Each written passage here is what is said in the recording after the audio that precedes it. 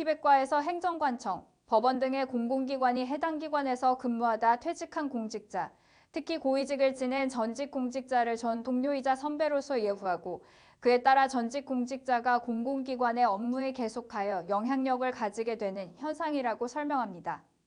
대한민국 역대 정부에서 국무총리를 역임한 인사를 다시 총리에 지명한 경우는 한덕수 후보자 처음이 아닙니다. 이미 장면 백두진, 김종필, 고건 전 총리도 전직 고관의 예우를 받으며 다시 대한민국 정부의 중요한 임무를 맡아 수행해 왔습니다. 국회 인사청문특위 위원들이 국민의 인격과 품격을 가지고 한덕수 총리 후보자를 향해 국정운영 철학과 능력, 자질 등 적법성에 대해 얼마나 반듯하게 청문회를 개의하고 있는지 이번 청문회 현장 속으로 들어가 국민의 눈높이로 살펴보도록 하겠습니다. 다음은 위원님들의 질의 순서입니다. 질의와 답변은 교섭단체 간사 간의 합의에 따라서 1문 1답 방식으로 진행하되 오전 주질의는 7분, 오후 1차 보충 질의는 8분으로 하고 1차 보충 질의 등은 위원장이 각 교섭단체 간사위원과 협의해서 따로 정하도록 하겠습니다. 질의 시간에는 후보자의 답변 시간도 포함되므로 후보자께서는 이 점을 유념하셔서 답변은 핵심 위주로 간단하게 해주시기를 바랍니다. 그리고 회의장 마이크는 발언 시간이 초과되면 자동으로 꺼지게 되어 있습니다. 위원님들께서는 발언 시간을 준수하셔서 청문회가 원만히 진행될 수 있도록 협조하여 주실 것을 당부드립니다. 그러면 한덕수 국무총리 후보자에 대한 질의를 시작하겠습니다. 질의는 교섭단체 간사 간에 합의한 순서에 따라서 진행하겠습니다. 김의겸 위원님 질의해 주시기 바랍니다. 네, 더불어민주당 김의겸입니다. 첫 질문자이지만 바로 본론으로 들어가겠습니다. 후보자 이력과 관련해서 가장 쟁점이 되고 있는 게 김앤장 이력입니다. 이른바 회전문 인사입니다. 그런데 후보자는 서면 답변을 통해서 이렇게 말씀을 하셨습니다. 그동안 쌓아온 경험과 능력을 바탕으로 국가를 위해 마지막으로 봉사하고자 한다. 마치 대수롭지 않은 일인 것처럼 답변을 주셨습니다. 정말 그런지 한번 살펴보도록 하겠습니다. 지금 김앤장의 현재 고문, 그러니까 변호사 자격증이 없는데도 고문이라는 직함을 가지고 일을 하시는 분이 몇 분이나 계시는지 아십니까? 저는 정확히는 모르겠습니다. 네, 김앤장 홈페이지에 들어가 보면 109분이 계십니다. 비공개 고문도 있는 것으로 알고 있는데 드러난 것만, 공개한 것만 109분이십니다. 이분들의 면면을 보면 화려합니다. 특히 장차관, 청와대 비서관, 공공기관장 이렇게 고위공직자만 세어봐도 30명에 이릅니다. 화면을 한번 봐주시기 바랍니다. 장관만 따져봐도 이기권, 이규용, 노준형, 서영택 이런 전직 장관들이 있습니다. 또 청와대 행정부, 입법부, 공공기관 어디 한 군데 빠진 곳이 없습니다. 골고루 다 포진해 있습니다. 이런 정도 인맥이라면 이걸로 내각을 꾸려도 충분할 것 같습니다. 이 정도 인맥이면 대한민국 어느 곳에 인맥이 닿지 않는 곳이 없을 것 같습니다. 그런데 회전문이라고 다 똑같은 회전문이 아니었습니다. 등급이 있고 급수가 있었습니다. 한번 다음 화면을 좀 보여주시기 바랍니다. 네, 이 화면에 나타난 6분 109명 중에서도 달랐습니다. 이분들 처음에 공직에 계셨습니다. 그랬다가 김앤장으로 갔고 김앤장에서 다시 공직으로 왔고 다시 김앤장으로 가셨습니다. 남들은 공직에서 김앤장으로 가는 회전문 반바퀴도 돌기 어려운데 이분들은 정확하게 한 바퀴 반을 돌았습니다. 그리고 이분들의 직책은 모두 다 차관급 이상의 고위공직자들이십니다. 지위가 높으면 높을수록 회전문이 돌아가는 바퀴수가 많아집니다. 그런데 누구도 따라올 수 없는 군계 이력이 있습니다. 바로 우리 후보자님이십니다.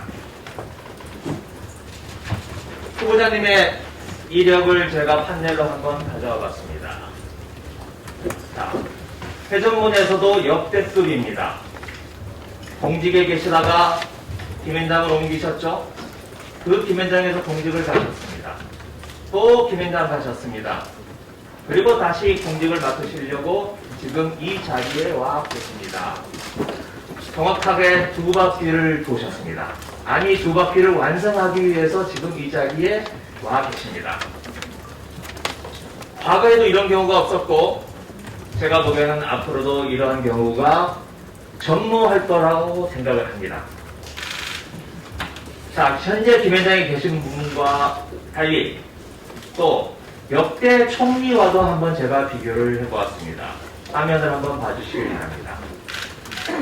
역대 총리 가운데서 인사 다 할 수는 없고 인사청문회 제도가 도입된 이후에 총리를 맡으셨던 분들 14분을 한번 비교해봤습니다.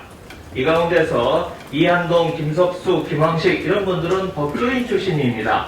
그런데 그분들이 총리를 마치시고 합동법률사무소를 가거나 아니면 자신의 이름을 걸고 있는 법률사무소에서 일하는 건 뭐 어찌 보면 자연스러워 보입니다. 하지만 이런 분들을 제외하고 사기업에 가거나 특정 이익을 추구해서 자리를 옮기신 분들은 없습니다. 대개 자리를 가더라도 명예직이거나 봉사직입니다. 왜 그럴까요? 국무총리라고 하는 것은 행정부의 2인자이자 대통령이 유고를 당했을 경우에 그 대통령 권한 대행을 하는 막중한 자리이기 때문이다. 그만큼 영광스럽고 책임감이 무거운 자리입니다. 그래서 총리를 다 일생의 마지막 자리로 생각들을 하신 겁니다. 한번 정리를 해보면 그런데 우리 한덕수 후보자께서는 김현장에 계신 분들 가운데서도 역대 1등입니다. 전직 총리들 가운데서도 역대 1등입니다. 한덕수 후보자 서울대 경제학과 수석으로 졸업을 하셨습니다. 맞죠? 예, 그렇습니다. 네. 그러니 1등 수석 참 많이 하신 분인데 이런 1등 이게 명예로운 1등일까요? 명예로운 수석입니까? 저한테 물으시는 거예요? 네, 나중에 일괄을 좀 답변을 해주시기 부탁드리겠습니다. 김현장에서 그런데 이렇게 20억을 넘게 받으시면서도 기부금 몇 년 동안 적시적 회비 10,000원, 20,000원 낸 게 전부라고 합니다. 이것도 한번 답변을 나중에 일괄 답변해 주시기 바랍니다. 저희들이 여러 번 질문했습니다. 도대체 김현장에서 20억을 받으면서 무슨 일을 했느냐? 아무런 답변을 해주지 않으셨습니다. 그래서 저희들이 어렵게 계약서라는 것을 구해봤습니다. 화면 한번 봐주시기 바랍니다. 이 계약서 마치 1급 기밀문서인 것처럼 뻥뻥 숨기고 있었습니다. 저희들이 구해서 한번 살펴봤습니다. 요약 핵심만 말씀드리면 연봉, 상여금은 그 전해에 얼마나 실적이 있느냐에 따라서 그 다음에 연봉이 결정된다라고 계약서에 분명하게 적혀 있습니다. 그다음 화면 한번 봐주시기 바랍니다. 한덕수 후보자께서 김현장에 계시면서 받은 급여 내역입니다. 2017년 첫 해에 보너스 330만 원 받으셨습니다. 그런데 그 이듬해 18년, 19년, 20년 2천만 원으로 뜁니다. 다달이 6배가 뜹니다. 그랬다가 2021년에는 또 300만 원대로 떨어집니다. 이건 뭘 말하는 겁니까? 왜 이런 변동이 생겼습니까? 지금은 시간 관리 때문에 네. 시간을 더 드릴 수 없고 우리 후보자께서는 답변 시간도 지금 다 지났기 때문에 보충 질의 때 지금 질문하신 내용을 정리해 놓으셨다가 답변해 주시면 되겠습니다. 네, 그렇게 하겠습니다. 다음은 김미애 네, 먼저 국무총리 후보자로 내정되신 것을 진심으로 축하드립니다. 아까 모두 발언에서도 직접 말씀하셨다시피 한덕수 총리 후보자는 정파를 떠나 실력과 전문성을 인정받았고 풍부한 국정 경험까지 겸비하고 있습니다. 경제, 안보 등 대내외적으로 매우 엄중한 상황에서 정부를 안정적으로 이끌어갈 적임자라 평가할 수 있습니다. 김영삼 정부의 산업부 차관, 김대중 정부 OECD 대사, 청와대 정책기획수석, 경제수석, 노무현 정부 국무조정실장, 경제부총리, 국무총리, 이명박 정부 주미대사를 역임하여 40여 년 보수 진보 정부를 가리지 않고 중용되었습니다. 능력과 자질은 물론 통합과 협치의 인물로 낙점된 총리 후보자에 대한 품격이 무엇인지에 대해서 객관적으로 검증은 필요합니다. 객관적 검증으로 문재인 정부가 인사 기준으로 정했던 7대 원천 배제 사유를 먼저 짚어보면 병력 의무와 관련해서는 육군 병장으로 만기 전역이었고 세금 탈루는 전혀 없는 것으로 납세 의무를 잘 이행한 것으로 나타납니다. 위장 전입도 전혀 없고 논문 표절, 음주운전, 성범죄는 더더욱 관련이 없습니다. 이제 아까 우리 김의겸 위원께서도 지적한 게 아마 불법 재산 증식과 관련된 것은 좀 모호한 면이 있습니다. 이런 것은 정가 내용으로 고액의 고문료 받았던 것 자체가 과연 불법인지 제가 볼 때는 위법 사항은 전혀 없고 명명하고 정확히 설명이 가능한 것으로 보여집니다. 다만 더 붙여서 국민 눈높이에는 맞지 않냐 하는 그런 의구심을 가질 수도 있겠습니다. 그렇다면 이런 후보자의 정관 예우가 과연 문제가 있는지 한번 봐야 되겠습니다. 후보자는 44년여 동안 민관을 거치며 쌓은 경륜은 물론이고 경제, 외교, 통상 분야의 최고 전문가이고 국정 전반에 대한 이해도가 상당히 높다는 점에 비춰보면은 김회장 고문이 순수한 사적 이익을 목적으로 했다고 보기 어렵고 국가적 측면에서도 해외 기업을 유치한다든지 우리 기업이 해외에 나가서 활동하는 데 도움을 주는 그런 측면도 있지 않았나 싶습니다. 그리고 이 회전문 인사에 대해서는 지금 문재인 정부에서도 김호수 검찰총장이나 신현수 민정수석이나 김주인욱 공수처장이나 박양호 문체부 장관이나 송영국 국방부 장관이나 서훈 국가정보원장 이분들의 적은 면면을 살펴보겠습니다. 김호수 총장은 법무연수원장, 법무부 차관, 법무법인 하현 고문 변호사를 거쳐서 지금 총장에 이르렀고 신현수 민정수석도 대통령 사정비서관, 김현장, 그 다음 국정원 기획조정실장, 대통령 민정수석에 이르렀습니다. 김진욱 공수처장도 판사로 있다가 김현장으로 갔다가 헌법재판소 연구관으로 있다가 지금 공수처장에 이르렀고 박영우 문체부 장관은 문광부 차관에 있다가 CJ ENM 사회이사로 있다가 다시 문체부 장관으로 복귀했습니다. 송영무 국방부 장관은 해군 참모총장, 그 다음 법무부인 율촌 상임고문, 이때 월 고문료로 한 3천만 원을 받고 추가로 법인카드까지 제공된 것으로 합니다. 그 다음 LIG 넥스원 자문역으로 있다가 국방부 장관으로 왔습니다. 서훈 국가정보원장도 국가정보원 제3차장, 삼성경제연구소 고문으로 있다가 KT 스카이라이프 자문역, 다시 국가정보원장, 국가안보실장에 이르렀습니다. 이것은 아마 이분들 역시도 그동안의 경험을 토대로 다시 로펌이든 사격으로 갔다가 그때도 제가 우리 총리 후보자의 경우와 마찬가지로 순수한 사적 이익뿐만 아니라 우리 국가에 도움되는 그런 외교, 통상, 경제 전문가로서 역할을 했기 때문이지 않냐 싶습니다.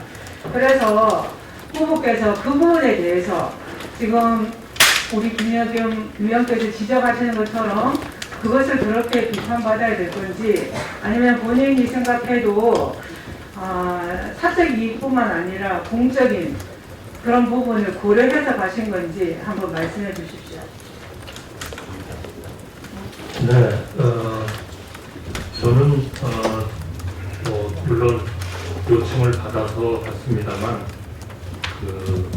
김현장 같은 법률 회사가 새로운 어떤 좀 수요가 있는 부분들이 있다 이렇게 봅니다. 그거는 특히 국제적인 이러한 인식이라든지 또는 국내 정책에 대한 이해라든지 이런 것들을 이런 그 서비스하는 이런 기능 수요가 굉장히 많이 늘고 있다. 그것 때문에 정부에서 그러한 경험을 가지고 또 딴 데에서 경험을 가진 분들이 많이 로펌에 가서 일하는 분들이 계시지 않나 그렇게 보고 한마디로 말씀드리면 법률회사가 단순한 법률 서비스 여기에 좀 더해서 전문적인 그런 지식을 가진 그런 분들에 의한 국제경제, 통상, 국내 경제 그리고 앞으로의 전망, 산업의 전망 이런 것들에 대한 얘기를 듣고 싶어하는 수요가 많아진다 이렇게 보고요.